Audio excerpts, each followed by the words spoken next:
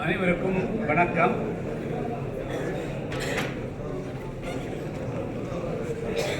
தமிழ்நாட்டில் அருந்ததிற்கான 3% உள் இடஒதுக்கீடு, அதேபோன்று பஞ்சாப் மாநிலத்தில் ஏபி என்ற கேட்டகரி, ஆந்திர மாநிலத்தில் ஏபிசிடி என்று கேட்டகரி, அதேபோல ஹரியானா மாநிலத்திலும் இவ்வாறாக இந்திய அரசியல் சாசனத்தில் அட்டவணை பிரிவு என்று அழைக்கப்படக்கூடிய பட்டியல் பிரிவில் அடங்கியிருக்கக்கூடிய மக்களுக்கான இடஒதுக்கீட்டை மத்திய அரசினுடைய அனுமதியின்றி பிரிக்க முடியாது என்று இதுவரை இருந்த நிலைப்பாட்டை மாற்றி அமைக்கக்கூடிய வகையில்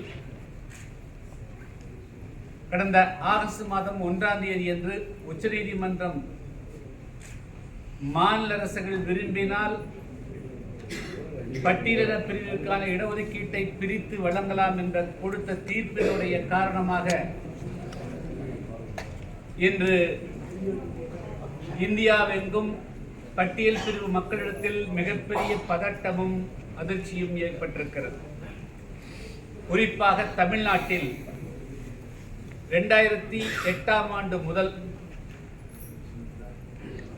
தொடங்கி 2009ஆம் ஆண்டு அதற்கான அரசாணை பிறப்பிக்கப்பட்டு பட்டியல் பிரிவில் அடங்கியிருக்கக்கூடிய அருந்ததியர் என்ற ஒரு பிரிவினருக்காக 3% இடஒதுக்கீடு வழங்கப்பட்டது. அதன் காரணமாக கடந்த 15 ஆண்டுகளில் பட்டியல் பிரிவில் மிக பெரும்பான்மையாக இருக்கக்கூடிய தேவேந்திர குல வேளாளர்களும் ஆதிராவிடர் என்று அழைக்கப்படக்கூடிய பறையரின சமுதாய மக்களும் தமிழகத்தினுடைய ஒட்டுமொத்த மக்கள் தொகையில் 20%க்கு மேற்பட்டவர்கள். அவர்களுடைய படித்த பிள்ளைகளுடைய கல்வி மற்றும் வேலைவாய்ப்பில் பெறக்கூடிய உரிமை கடந்த 15 வருடங்களில் மிகப்பெரிய அளவுக்கு பாதிக்கப்பட்டிருக்கிறது. அவருடைய உரிமை பறிக்கப்பட்டிருக்கிறது. மாநில அரசு 3% உள் இடஒதுக்கீடு என்று அறிவித்துவிட்டு தனியாக அந்த 3% இடஒதுக்கீடும் அவர்களுக்கு வழங்கி இன்று தமிழகத்தில் இருக்கக்கூடிய 18% இடஒதுக்கீட்டில் 3% போக மீதி இருக்கக்கூடிய அந்த 15%த்திலும் அவர்கள் தங்களுக்கான இடஒதுக்கீட்டை 3%க்கு மிஞ்சியும் பெறக்கூடிய ஒரு வாய்ப்பு. அதேபோல ரோஸ் என்று அழைக்கப்படக்கூடிய அந்த புள்ளிகளுடைய கணக்குப்படி எப்பொழுதெல்லாம் வேலை வாய்ப்புகளுக்கான காலியிடப்பணிகள் உருவாகிறதோ முதல் இடம் பொது ஆகவும், 2வது இடம் எஸ்சி மக்களுக்காக ஒட்டுமொத்தமாக இருக்கக்கூடிய மக்களுக்கான அந்த வாய்ப்பை தட்டி பறிக்கக்கூடிய வகையில் முதல் வாய்ப்பை அருந்ததிற்கு அளிக்கக்கூடிய முன்னுரிமையை அளித்து வழங்கப்பட்டதால் கடந்த 15 வருடத்தில் மிகப்பெரிய அளவிற்கு தேவேந்திர குல வேளாளரும் பறையர் சமுதாய மக்களும் பாதிப்புக்கான இருக்கிறார். எனவே இந்த சட்டம், இந்த உள் இடஒதுக்கீடு சட்டம் என்பது சமூக நீதிக்கு எதிரானது. இப்பொழுது நடைபெறக்கூடிய அதாவது விதிமுறைகளுக்கு எதிரானது. எனவே உச்சநீதிமன்றத்தினுடைய தீர்ப்புக்கு ஒரு பாதுகாப்பு அளிக்கக்கூடிய வகையில் நாடாளுமன்றத்தில் ஒரு சட்டம் இயற்ற வேண்டும். இப்பொழுது வரையிலும் பட்டியல் வகுப்பில் எந்த ஒரு மாற்றத்தை கொண்டு வர வேண்டும் என்று சொன்னாலும் மத்திய அரசுடைய எஸ்சி கமிஷன், மத்திய அரசு நாடாளுமன்றத்தில் ஒரு மாற்றம் கொண்டு வந்தவர்களே முடியும். ஆனால் இப்பொழுது தன்னிச்சையாக மாநில அரசுகளே இதுபோன்று பிரித்துக் கொள்ளலாம் என்பது மிகப்பெரிய ஆபத்தில் முடியும். அது அரசியல் ரீதியாக முடிவெடுப்பதற்கு தான் வாய்ப்பாக தவிர உண்மையாக அந்த மக்களை கல்வி ரீதியாக உயர்த்துவதற்கோ, சமுதாய உயர்த்துவதற்கோ, அவர்களை பொருளாதார ரீதியாக உயர்த்துவதற்கோ, பிற சமுதாய மக்களோடு சமப்படுத்துவதற்கோ உதவாது. இப்பொழுது விளைவாக இந்தியாவெங்கும் எந்த மக்கள் ஒன்றாக நின்று அவர்களுக்கு எதிரான சமூக கெடுதல்களை எதிர்க்க வேண்டுமோ இப்பொழுது அவர்களுக்குள்ளேயே போராடக்கூடிய ஒரு அவலநிலையை இந்த உச்சநீதிமன்றத்தினுடைய தீர்ப்பின் காரணமாக ஏற்பட்டிருக்கிறது. எனவே நாடாளுமன்றத்தில் இரு அவைகளிலும் எந்த காரணத்தை கொண்டும் பட்டியல் பிரிவு இடஒதுக்கீட்டில் கை வைக்கக்கூடிய உரிமையை மாநில அரசுகளுக்கு வழங்காத வண்ணம் அது முழுக்க மத்திய அரசு தான் அதற்கான முழு அதிகாரம் பெற்றது என்ற ஒரு சட்ட திருத்தத்தை நாடாளுமன்றத்தில் இயற்ற வேண்டும். முதல்ல தமிழ்நாட்டை பொறுத்த மட்டிலும் இந்த 3% ஒதுக்கீட்டை உடனடியாக ரத்து செய்ய வேண்டும் என்று நாங்கள் கடந்த அதாவது நவம்பர் மாதம் 7ஆம் தேதி என்று சென்னையிலே மிக பிரமாண்டமான ஒரு பேரணி ஆர்ப்பாட்டம் நடத்தினோம். பல்லாயிரக்கணக்கான கலந்து கொண்டோம். இன்று டெல்லியிலே மத்திய அரசனுடைய கவனத்தை ஈர்க்கக்கூடிய வகையில் தேசிய அளவில் இந்த உள் இடஒதுக்கீட்டால் ஏற்படக்கூடிய பாதிப்புகள் ஒட்டுமொத்தமாக இந்த மக்களுக்கான அண்ணல் அம்பேத்கர் அவர்கள் அதேபோல அரசியல் சாசனத்தில் போராடி பெறப்பட்ட அந்த உரிமைகள் எல்லாம் பறிவோகக்கூடிய நிலைமையில இன்றைய சூழல் உருவாயிருக்கிறது.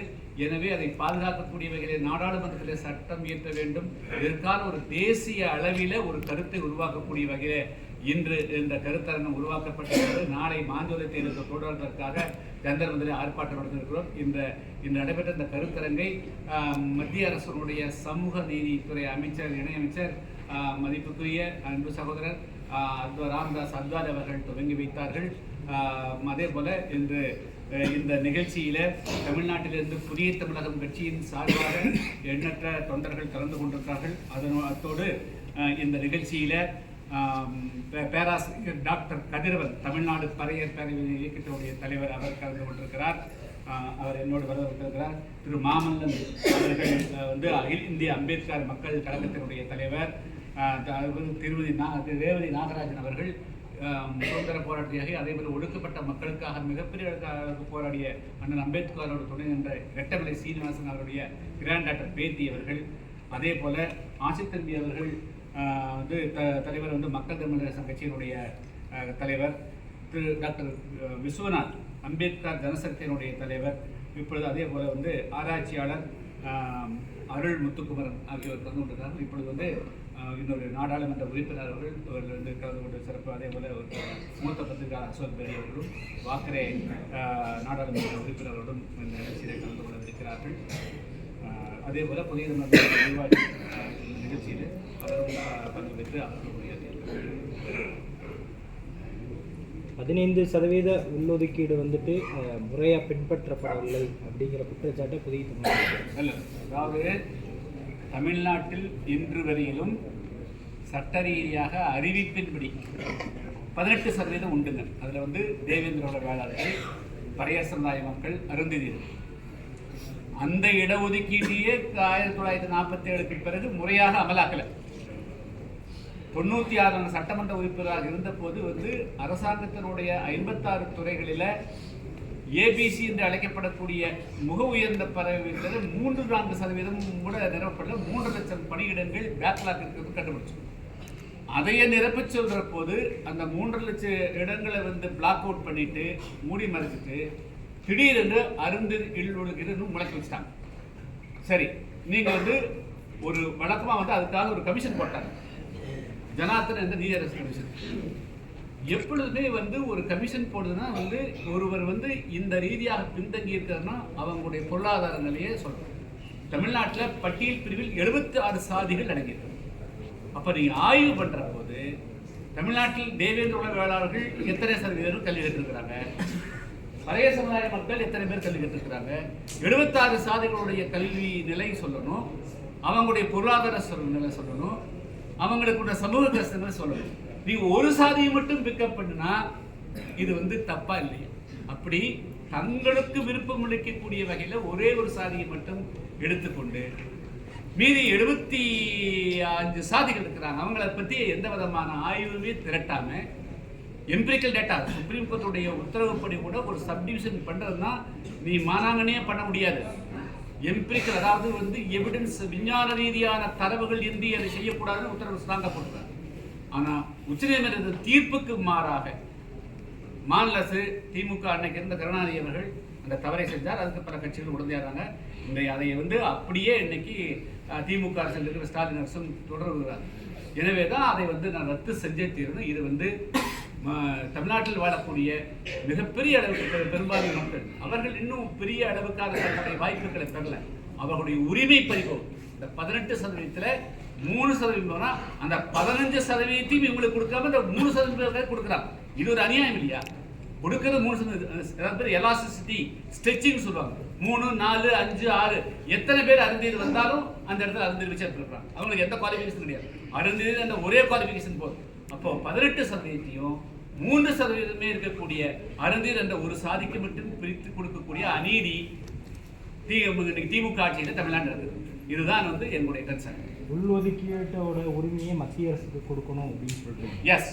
அப்போ உள்ளதுக்கிட்ட இல்ல, மத்திய வகுப்பில் எந்த ஒரு மாற்றத்தை செய்யக்கூடிய உரிமை இன்னைக்கு மத்திய அரசு தான் இருக்குது.